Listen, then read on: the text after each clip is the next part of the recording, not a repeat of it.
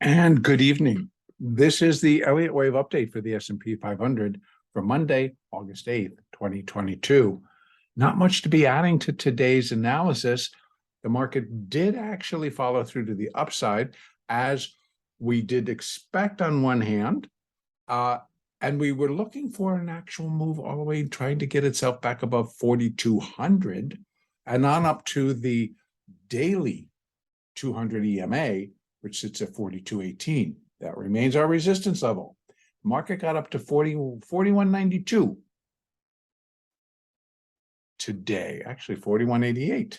Sorry, thought I got up to 92. 41.88. Looked like it was going to try to muster enough strength to actually push that extra few points there and get it up to 4,200. It failed. However, we still need to leave that open. And for the possibility that they will make it up there. Again, just to review the count, we are in the process of, I'm running both counts simultaneously and now have included the labeling where the alternate number 2 is in parentheses and alternate number 1 is the labeling that is shown here within the count. Both are running side by side. Both basically almost carry some of the same characteristics in terms of where they could top out and others on how far they can drop down. Now, what and where are we?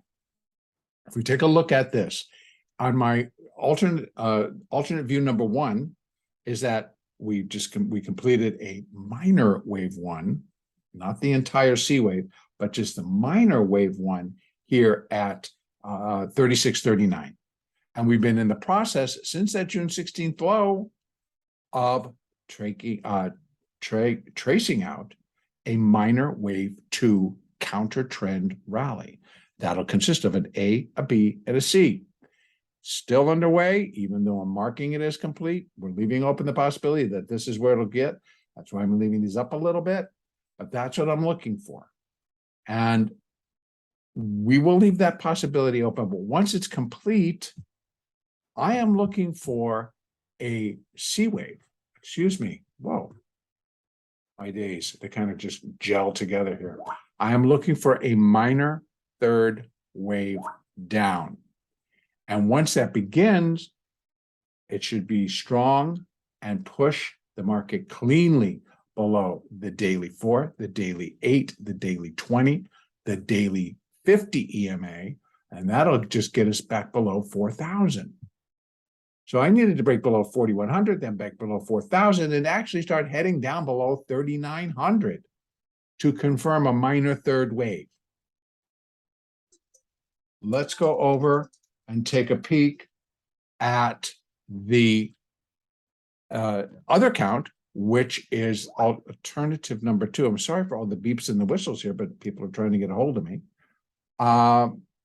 That would represent that this level, instead of being a minor first wave, it was completing a minor fifth wave, and then an intermediate C wave and a primary A wave underneath it.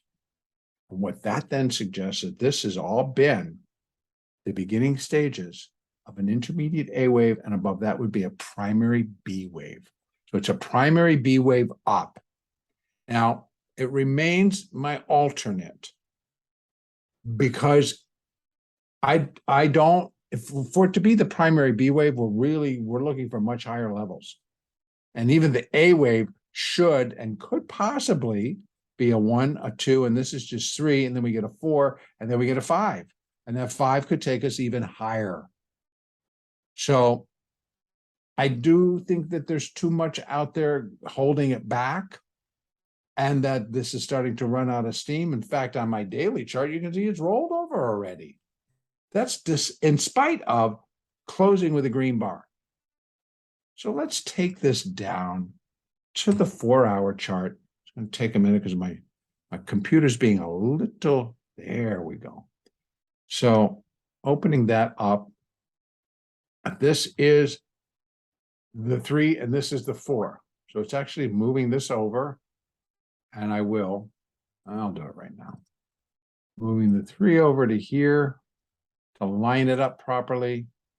Moving the 4 over to here to line it up properly. And then we have 1, 2, 3, ABC, 4, big and huge overlaps. Right? So that gives me my first, like, I'm not sure look into what's going on here. And then we get a 5. Now, if that completed it, it needs to just really get to move on and start to cut and get below the 50s, 4,000, and back down below this. So, a lot of work to be done. Confusing, sloppy move to finish. This does not appear, in my view, to be a larger bullish move. That being said, doesn't mean it won't happen. So I continue to trade without a bullish or bearish posture or bias, and I am trading the price action. That leaves me open to participate on both the buy side and the sell side without being bullish or bearish. So you get to participate in the moves, you get to make your money, you get to go home being a happy camper. Now, how does one really then figure out what's going on? Well, as I've been discussing, I use an order flow volume profile. And within that, I'm already being shown where points of control develop, are created, are holding, value area high, value area low, extended value areas, previous value areas, and then also points of control. And then we have developing where they can show up higher or lower. So there's a lot of different things that the market and the indicators can calculate and display. Markets are now quantitatively traded, and they will basically show us what the algorithms are going to be going for. Again, market profile, the order flow profile, both show us what we then can base our trade on: a supply and demand factor, value areas. Where can buyers and sellers meet and transact? That's what the value area is called. That's what it means. It doesn't mean, oh, this is where the market's worth it. No, it's the value area where the buyer and the seller find, yep, that's value for me. Boom, they can meet and transact their business. Once that occurs, if the demand is still from the buy side, it will push that value area higher until it finds the next area where buyer and seller can meet and transact in volume profile. So again, what can happen in between, it may move it may move quicker because it's looking to get the orders filled. Now, when that reverses, of course, then your value area is where the seller can find the buyers who will step in and buy it when the market turns and it's going on the way down. So the very effective methodology, and it works, and it keeps the mindset clear of not having to search, why are they buying this stock? Why are they selling that stock? Et cetera, et cetera. It keeps you open. Add to that, we have the moving averages, which continue to tell us where intraday trend could be forming. It has been continuously moving up, the 20, the 50s, the 200s. They are moving up. That is consistent with that the move is continuing to move higher, but that's why we're also looking for the breaks of moving lower. Starts with here on the 4-hour chart, moving below the 4 and the 8 and the 20. Now get below that 20 today, but it retook it into the close. So, but the 4 is hooking, very, very short term, but it's hooking. So we're looking for this break to come next. Then I'm looking for it to move here and eventually to start breaking here. And I'm looking for the development and the putting in 5 waves down, at least on the hourly chart, and then again on the 4-hour chart. And if it is going to be a minor third wave coming down, it would be required to break below 36.39. It needs to move below. A minor third wave cannot stop above the endpoint for minor wave 1. It needs to break below it and keep going. So that is what we're looking for. But it's all going to kick off and start with a 5-wave decline. 5-wave structure coming off of that, wherever the high ends up being put in. So again, for tomorrow, we're up in the air.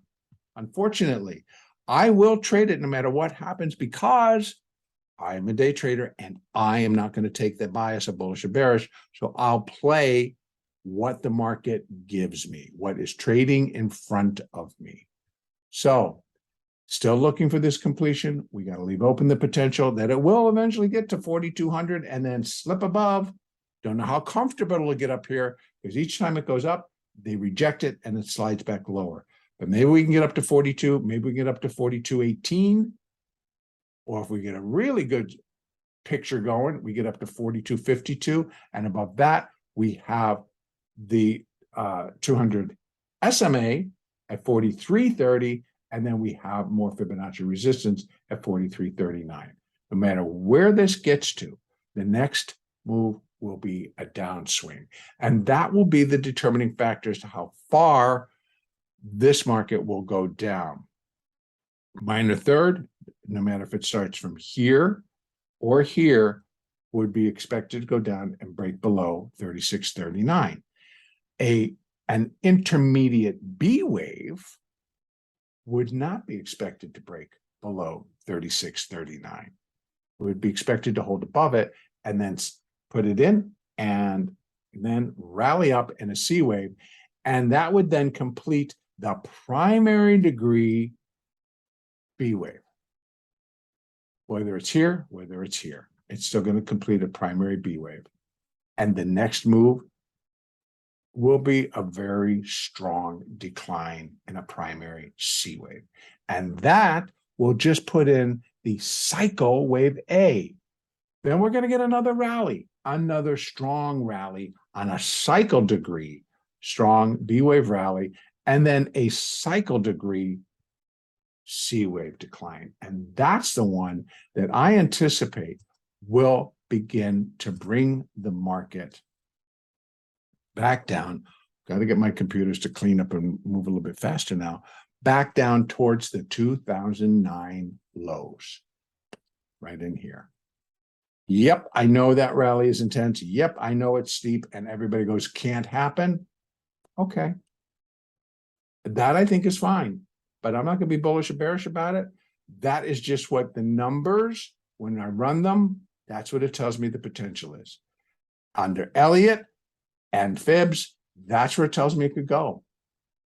To complete that super cycle degree fourth wave. Then we go, and we go in a very strong super cycle degree fifth wave advance. That's out there, folks. That's several years out there before that even has a hint of beginning. So let's go back to that 4-hour picture. For tomorrow, continue to leave open the possibility that we will run up to 4,200. If the level is rejected yet again, then we're going to still look for the development of an initial 5 waves down off of wherever this high comes. If we just continue to move lower, starting off tomorrow, without revisiting that high, then we'll still look for the development of the 5 waves to continue down. Okay, our next update will be on Tuesday, the 9th of August.